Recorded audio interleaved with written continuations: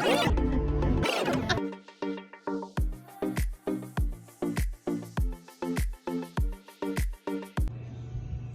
Joey? Yep, Joe. Yep. Joey the janitor or just That was a complete joke. Just I had no social media for like 4 years. That's how that came about. I was like, no, I'm gonna make an Instagram again, and I just wanted to make a funny name. So I was like, let's go Janitor Joe. And the outfit. The outfit. So part of our company, there's a so Dom, the owner, bought into a t-shirt company who my buddy Nina, good friend of mine, Munao, owns. And he was like, hey, let's just make you a janitor outfit too. So he's the one who made my t-shirts at work one day. So that's how that all came about. So we just wanted to make like a joke, and it kind of just caught on. So that's all that happened. So you were born and raised here? Yep, I was born in Martin Memorial, now it's Cleveland Clinic, but yeah, right in the downtown Stewart Hospital. That's where I was born at, 1992. So yeah, I haven't basically lived in Palm City till I was probably 12, 13, then moved to Stewart, and been here ever since. And I don't think I ever plan on leaving either. I like this town. It's close enough where if I want to go to Miami for the weekend, I go to Miami. It's close enough if I want to go to Orlando, and I like being in a smaller town. Let's keep it a secret. Not everybody moves here. Yep, that's a good idea. Well, I think Let's don't tell everybody this. That's already happening. Just how much this place has grown in the last couple of years is crazy. But yeah, it's definitely getting more and more people in this town. How did you get into fighting? So fighting, I got into fighting. I was 20 years old the first time I fought. So I wrestled my whole life since I was 5 years old. So I always wanted to do something competitive. And after high school wrestling, there really was nothing else. I didn't go to college to wrestle or anything. And I wanted to see if I was able to do it.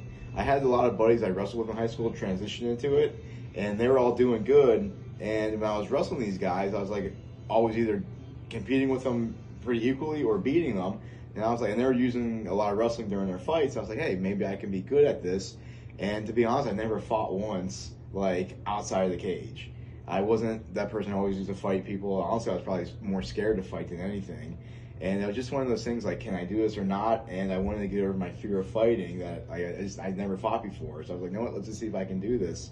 And my first fight ever, I took on a week's notice. And I walk into a gym one time, a fight gym. I'm like, hey, I got a fight in a week. Will you guys train me? And the owner of the gym's like, just call your owner and back out. This is not a good idea. And I was like, well, that's not an option. I already committed. And if I commit to something, I'm always going to do it. And I remember leaving the gym, and one of the fighters that trained out of that gym followed me in the parking lot. And he was like, hey, I know that's not what you wanted to hear inside of there, but we only got a week. I'll be more happy to help you, see what we can do. Ended up going to my first fight and dominating. And that's how I actually started fighting. It was just something I wanted to see if I can do.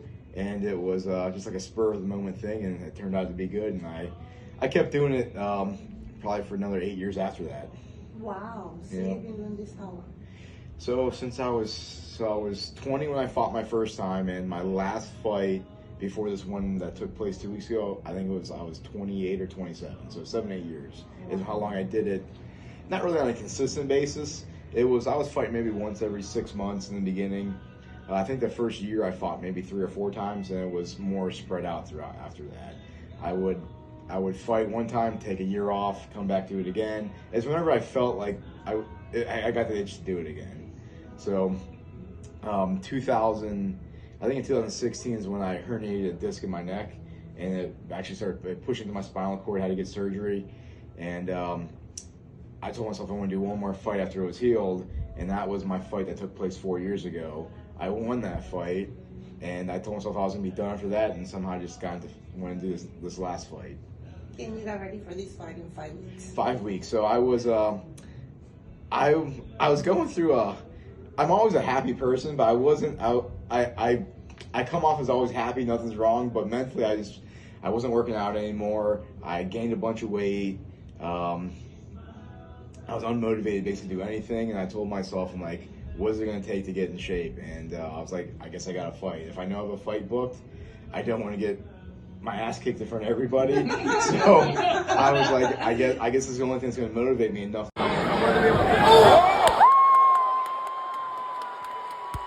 my goal may be in November to turn pro and do at least one pro fight. So we'll see. But right now, I was right after my fight, I was super motivated. Text promoter the next day. I'm like, hey, let's book something in November. And now as time's going on, I'm like, do I really want to do this again?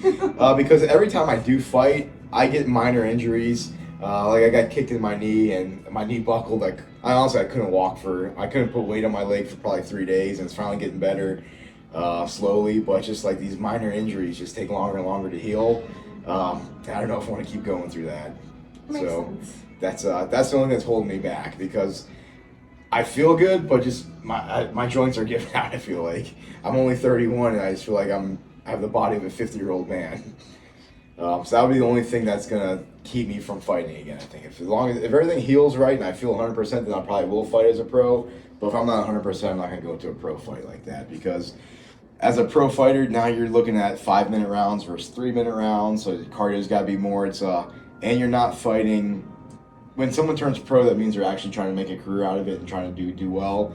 So you're not fighting your random guys anymore. You're actually fighting skilled people that are on like a equal or better than me at this point. So I'll have to give it 100% effort, and I don't know if I got the time and honestly the time with my work schedule and all that stuff to do that. So as we get closer to November, I'll see what my schedule looks like and how I feel, and determine if I'm going to do that or not. Tell us about where you work and So- these strengths that you. Yeah, so Yesterday. I actually got the privilege of working for Chris Bumstead.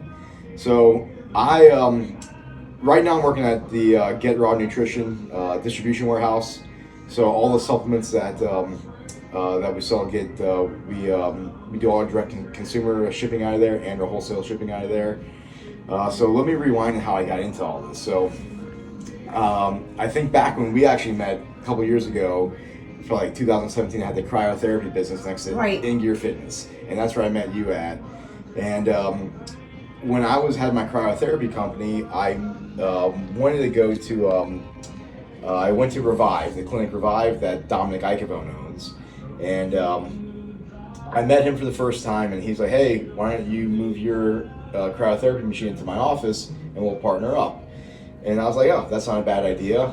You have your own clientele base that I can use clients from. I'll bring my clients to you. I think it would work good for both of us." So that's how I met. That's how I got into the Revive part of it. And Dom is just a great businessman. He kept expanding businesses and kept growing. And I kind of stayed with him along the way, helped run some of the clinics that were opening. And as of October, I got the opportunity to work for his supplement company, who he's partners with Chris Bumstead. So we actually got a new warehouse in October. It's the old Scripps building in Port St. Lucie. Mm-hmm. And when Dom and Chris moved their company to that location, Dom's like, "Hey, I want you to run the warehouse for me." So I left one of the Revive clinics I was working at in Palm Beach Gardens to come work at the warehouse and run the whole warehouse. And I like doing more physical labor stuff, like running around all day long, doing odds and ends stuff. The office job was fun. I met great people, but I wasn't necessarily happy in my position. Right now, I got a great group of guys that work in the warehouse, and I love my position. And I'm surrounded by some of the best bodybuilders in the world, like Chris Bumstead, Matt Jensen, who is he coaches a lot of the people who compete at Mr. Olympia and stuff. I get to be around him all day too, so it's cool all the people I get to meet. I'm necessarily not into bodybuilding per se, but it's just cool I get to meet all the people that all these people look up to in the world. So it's cool being around them, and just their knowledge and all the stuff I learned from all of them has been great. That's really awesome. Yep. That's really awesome. And just like all the smaller companies, they keep growing and growing. Like we started with Revive supplements, now it turned into Dom opened and Chris opened the protein line with Matt, and now Bum Energy, which is right there, which is Chris's energy drink. We do that out of the warehouse too. And then we got another company called Vaughn Streets that Vaughn Walker's part of. So it's basically we have 4 different companies out of this warehouse now that we're running, and I'm in charge of the distribution of all that stuff right now. You're busy. Yep, that's definitely busy. But that is awesome to see someone from here grow with the company from the beginning to what it is now and what it will be in the future. Yeah, absolutely. It's pretty cool. Yeah, Dom gave me the opportunity, and he was always that person that you always try to impress and work your hardest for. He took me in that when I was probably 26 years old and started working for him. And he's always treated me like family, and he's always wanted me to do my best. And every time he gave me an opportunity, I tried to take it and run with it. And just the stuff, all the business I keep growing, someone I always want part of my life and always be working for. And he takes good care of everybody that works for him. So That's awesome. It's someone I consider family, and I'll probably work for till I'm done working. So you're retired. Yep, that'd be my goal. He'd be my last boss, my last boss I ever worked for. That's awesome. Yep. That's really cool. Well, I'm gonna let Nicole do her questions. Perfect. Hers are a little different than mine, so it'll be Okay, fun. perfect.